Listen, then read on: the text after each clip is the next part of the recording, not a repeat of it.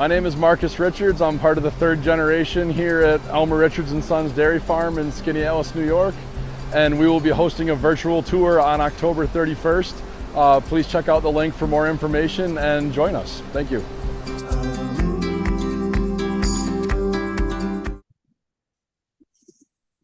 Good morning, students, and welcome to your Halloween virtual farm tour. My name is Kelsey. I'll be your tour guide for today.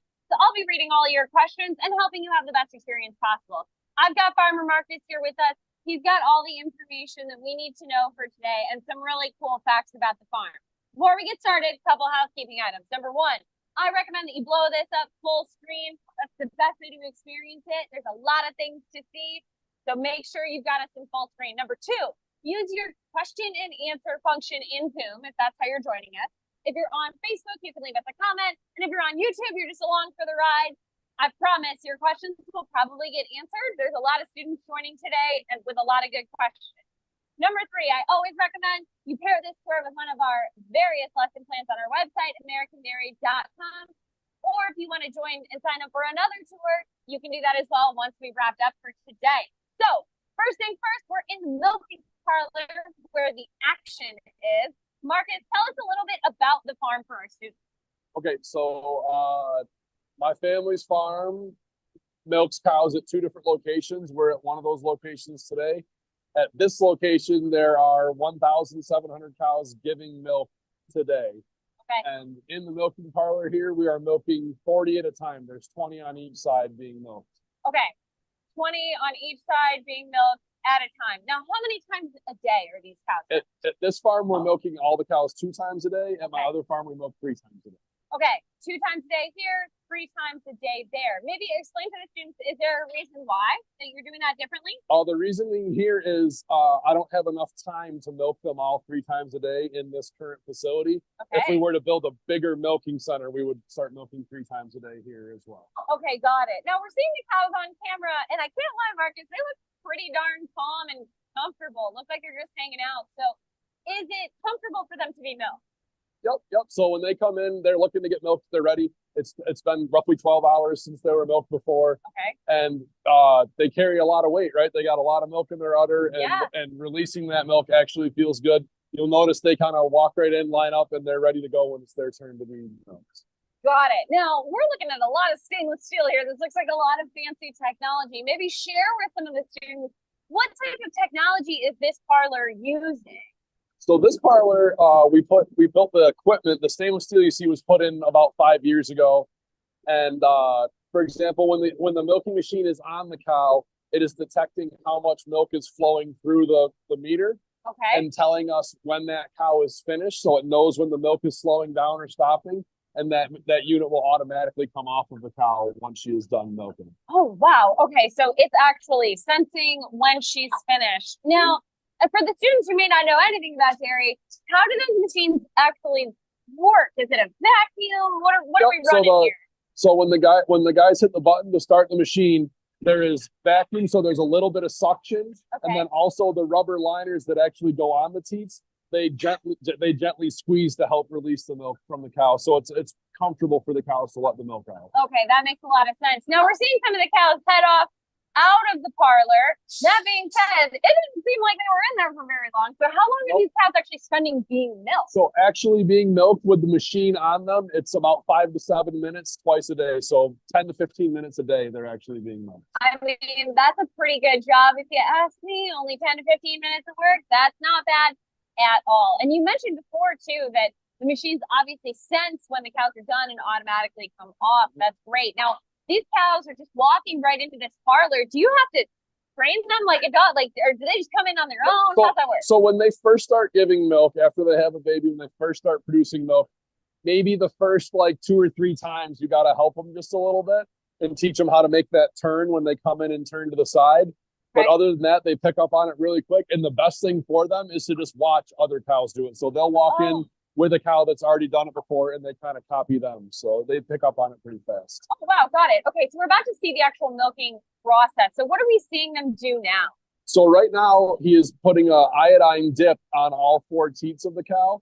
This is antibacterial, so that he will go down through and he'll put, there's 2 guys working, so each of them is responsible for 10 cows. Okay. And he will go down through and put the dip on all 10 cows. Yep. And then when he comes back, he's going to come back with a clean towel and clean that dip off.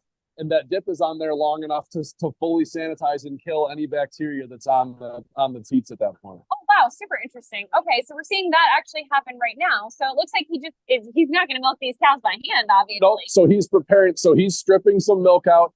This allows the cow to know that it's time to milk because she feels him touching her. And also he can check that milk to make sure that it is of good quality. There's no issues, maybe no infection or anything like that. So he is helping the cow know it's time to milk and inspecting the milk at the same time. Now, you mentioned maybe if there's an infection or your cow's not feeling well. What happens if that happens? So if that happens, he will put a colored Velcro band around her leg, and she is separated out to a separate pen where she will be checked on by another employee to see if she needs medicine or what the issue actually is. But she's not milked then? No.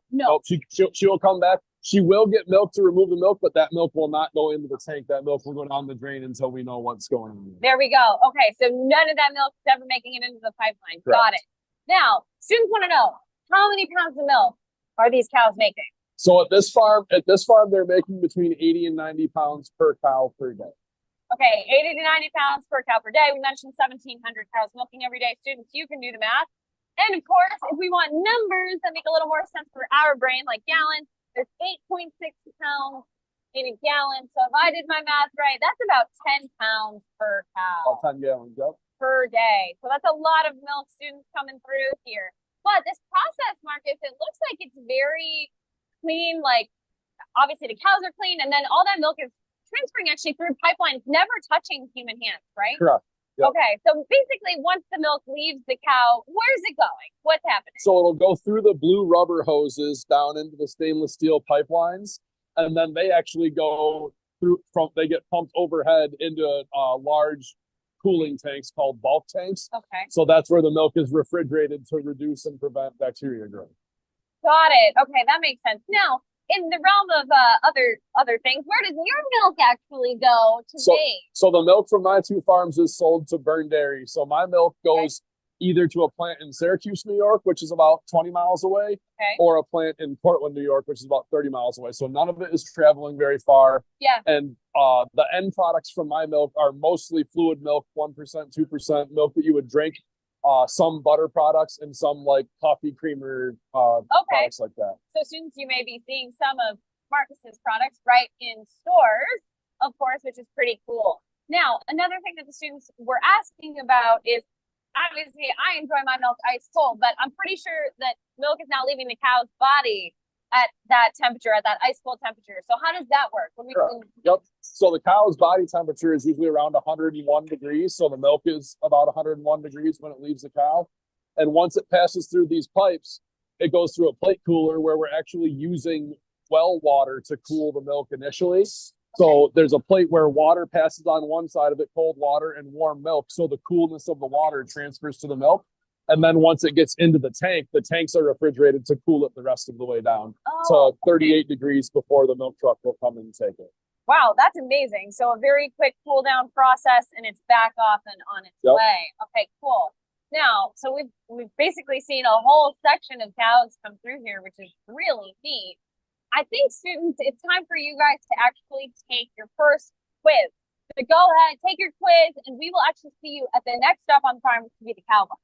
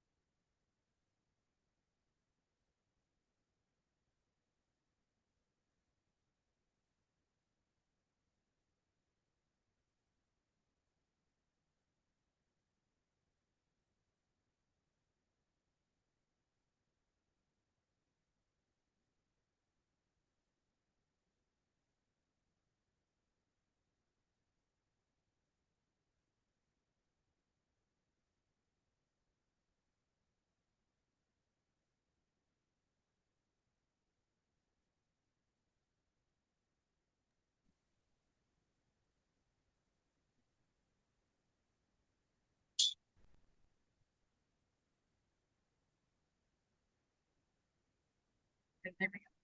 All right, students, it looks like you got all the right answers rolling right through. So we have made it to the cow barn, to our next stop of the tour.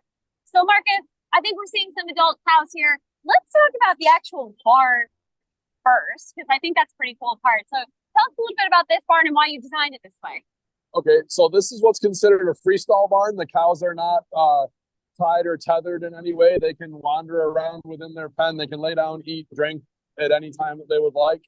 You'll see there's a ceiling in this barn, so there's insulation up there that'll help keep the barn warmer in the winter and cooler in the summer.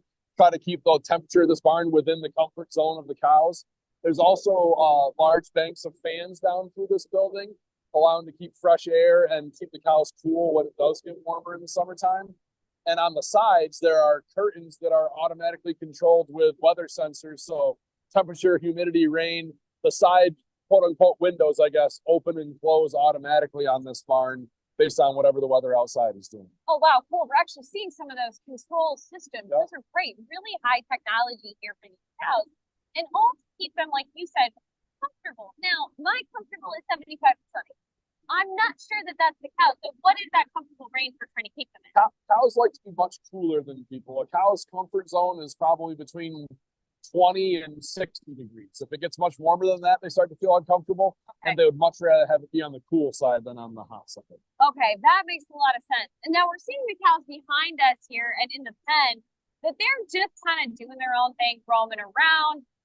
My question is, though, we did see on them these big ear tags. What are those for, and what purpose do they serve here on the farm? So the ear tags that you're seeing are to identify the cow. Not all of our cows have names, but they do all have an ID tag, and that allows us to keep track of their whole life. Basically, we have their medical records tied to that, who their mother was, when their birth dates, all of that stuff is tracked through a computer using those numbers. Very cool. Now, in addition, we're seeing these cows from a pretty cool angle in the pen with them. They look pretty big. How much are each of these cows weighing, and about how tall are they? So these cows are adult milking cows. The pen that you're in right now is 2-year-old, so they're a little bit smaller. They're probably about 1,500 pounds each. And then the older cows on the other side of this building would be like 1,700 pounds each. Okay. And they're all, to their shoulders, they're all in that 5 foot to 5'5" range, I would say. Now, the students were actually asking if you have any multiple breeds, I should say, of cows on the farm, or only one breed, and which breed is it? So we currently have all Holstein animals on the farm. There are a couple of variants. We have one red cow that I think you guys are actually seeing right now. So that's the only red animal on this entire farm. She is a Holstein. She just has a recessive genetic trait where her black spots are red. Very interesting. So we actually have another student ask, of course, are all of the spots unique, or is there a set pattern? No, they're very much like fingerprints. The spots of no two cows will have the exact same pattern. Some look very similar, but if you look closely, none of them will be the same. Okay, got it.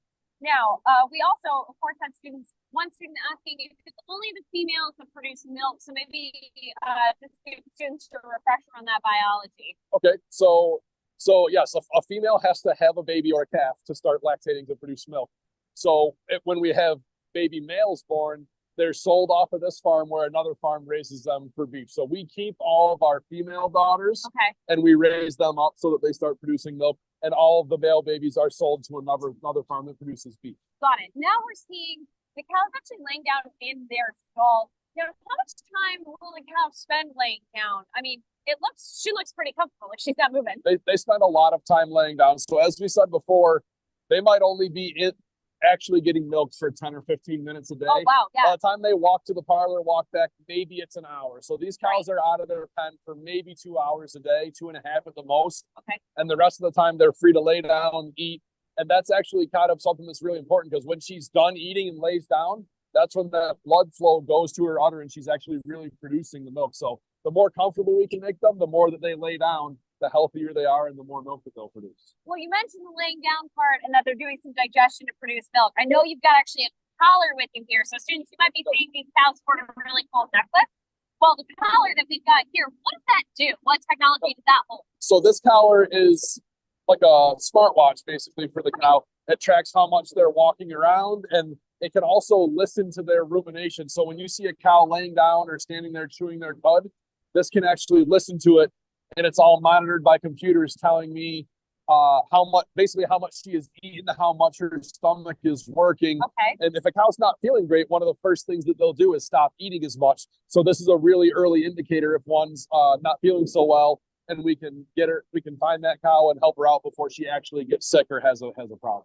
Got it. Got it. Now, we had an interesting question from a student that was actually asking, how much does it cost to take care of these cows? Take care of these cows. Yeah. A lot. A lot? Yeah. So these cows will eat about 100 pounds of food a day. Yep. And on a hot day, they might drink 40 to 45 gallons of water. Okay. Our water, luckily in New York, it's free. We get wells and ponds that feed the water. The feed is the most expensive thing on a dairy farm.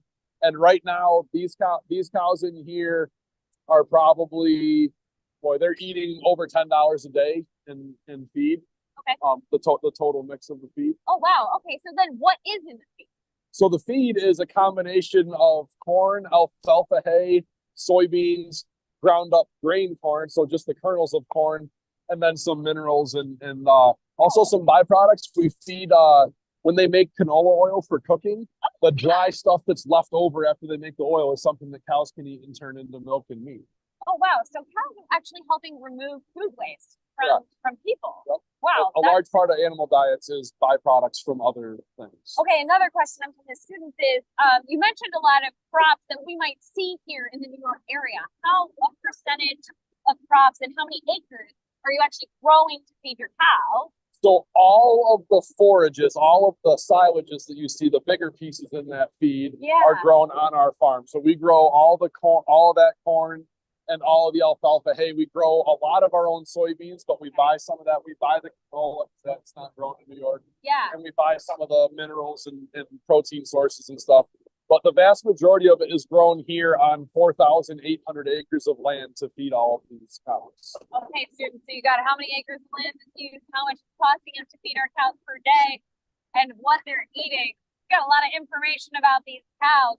The last thing, of course, we actually had a question from students, and I think this is a bit of a misconception, is asking how many stomachs does a cow have? Maybe straighten our students out here for us, Marcus. So technically a cow has one stomach with 4 compartments. The misinformation might be 4 stomachs, but there's 4 compartments, one of which is an abomasum, just like our stomach.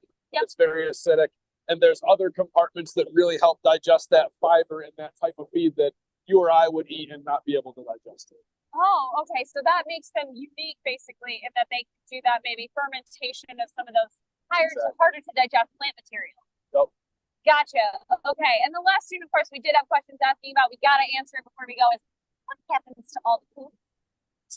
So all the poop in these barns, it's on the floor. And then when these cows leave to get milk, everything gets cleaned out with a big squeegee, basically, on the front of a skid loader. They scrape it all down, and then it goes into a big storage pit off the end of the barn. And then all of that manure is put back onto that land to fertilize the crops for next year. Oh, wow. Okay, so basically none of that manure goes to quote unquote waste, and doesn't end up anywhere. It's all used for another purpose, fertilizer.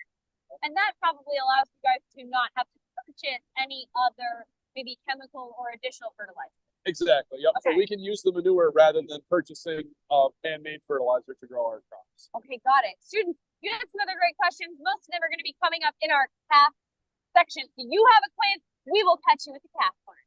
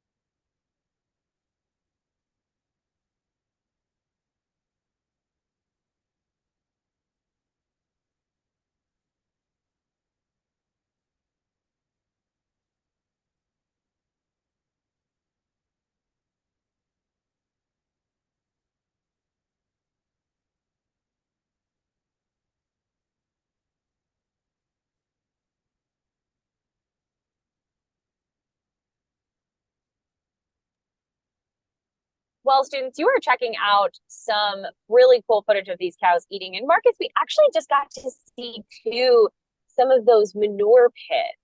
Now, I know you had talked about obviously scraping the manure out and taking it to a pit, but how long are you storing that? And are you applying manure to the fields year round?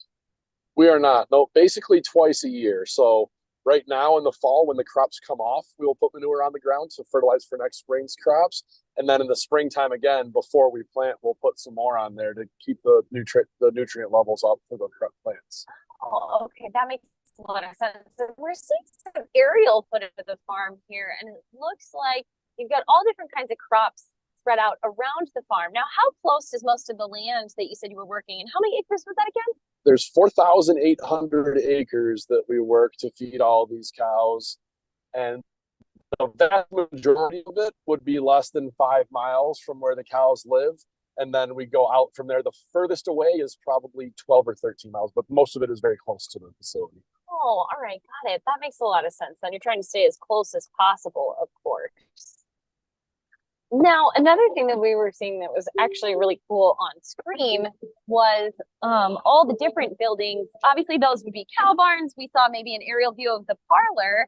Are there any other age animals housed at that location, or is it all just mature cows? Nope, that location has a large number of heifers as well. So basically teenage cows that are either still growing or maybe they are pregnant with their first baby, but they have not had the baby yet to start producing milk. Oh, okay, that makes a lot of sense. Now, I do believe, Marcus, we have finally made it over to our calf barn.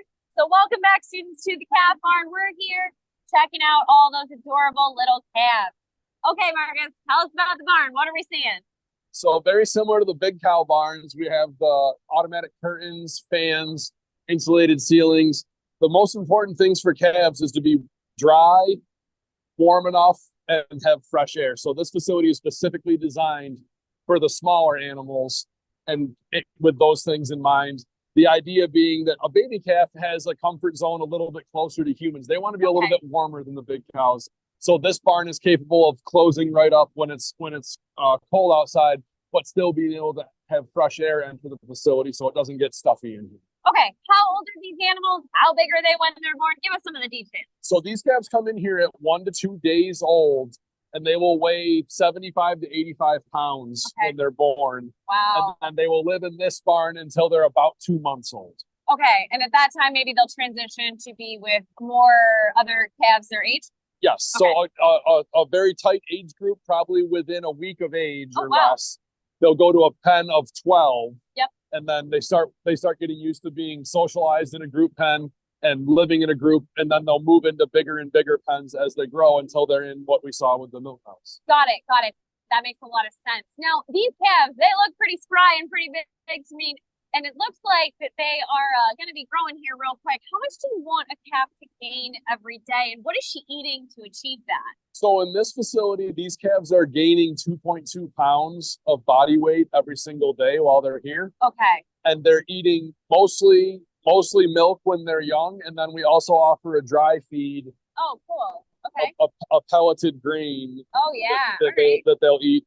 And this helps them, one, get more nutrition, but also start to develop their stomach, those chambers in their stomach, to be able to digest the high forage and the plant-based diets that they'll have when they're older. Now, I think this is how they're getting most of their diet in here. So tell our students about what are we feeding them, and mostly besides that, of course, and how much.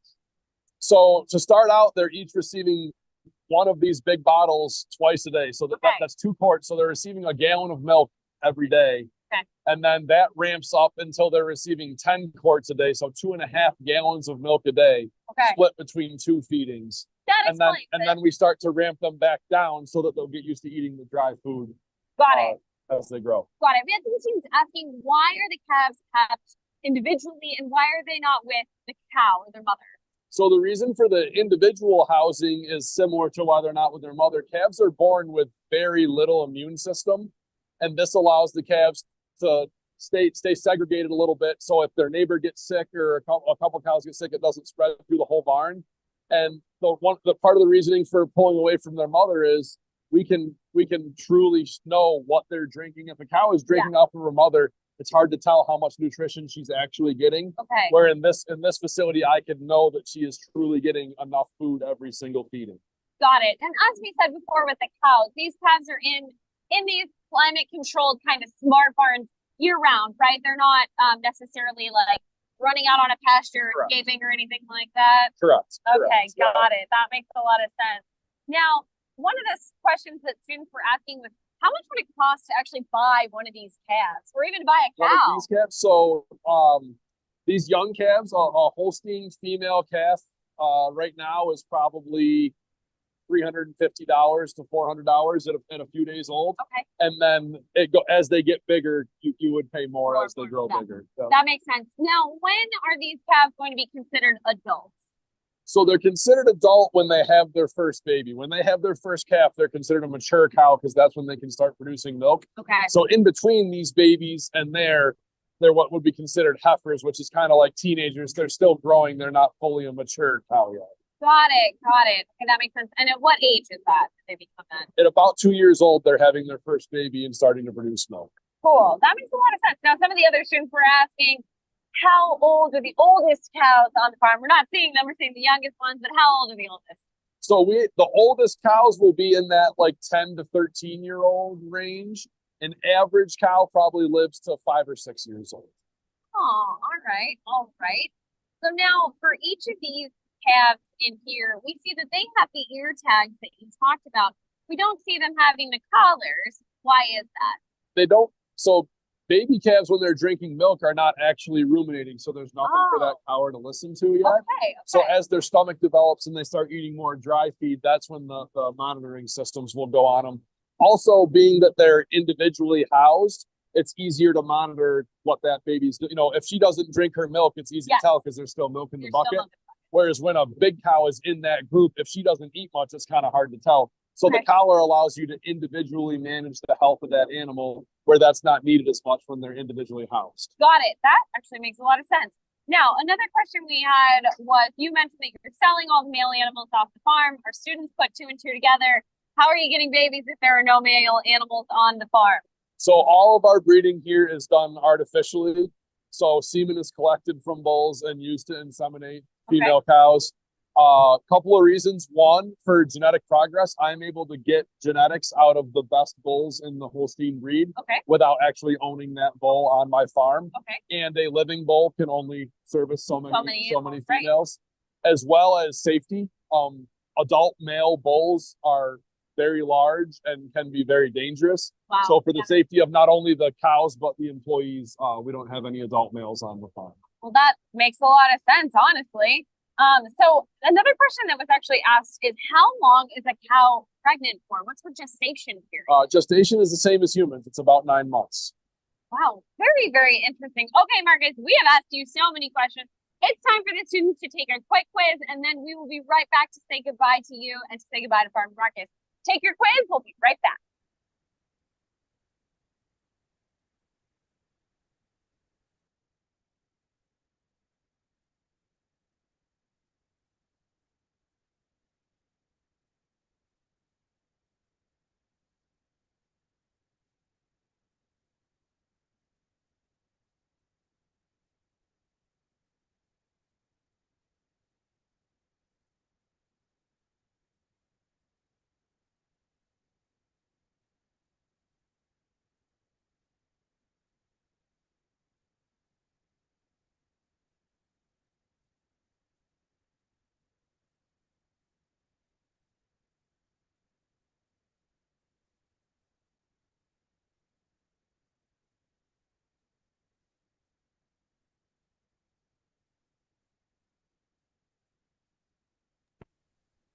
All right, students, I know we took a little bit longer break. You guys are going to have a little bit less time on this quiz, so I hope you've gotten all your answers correct and in there, because we're going to give you the answers here.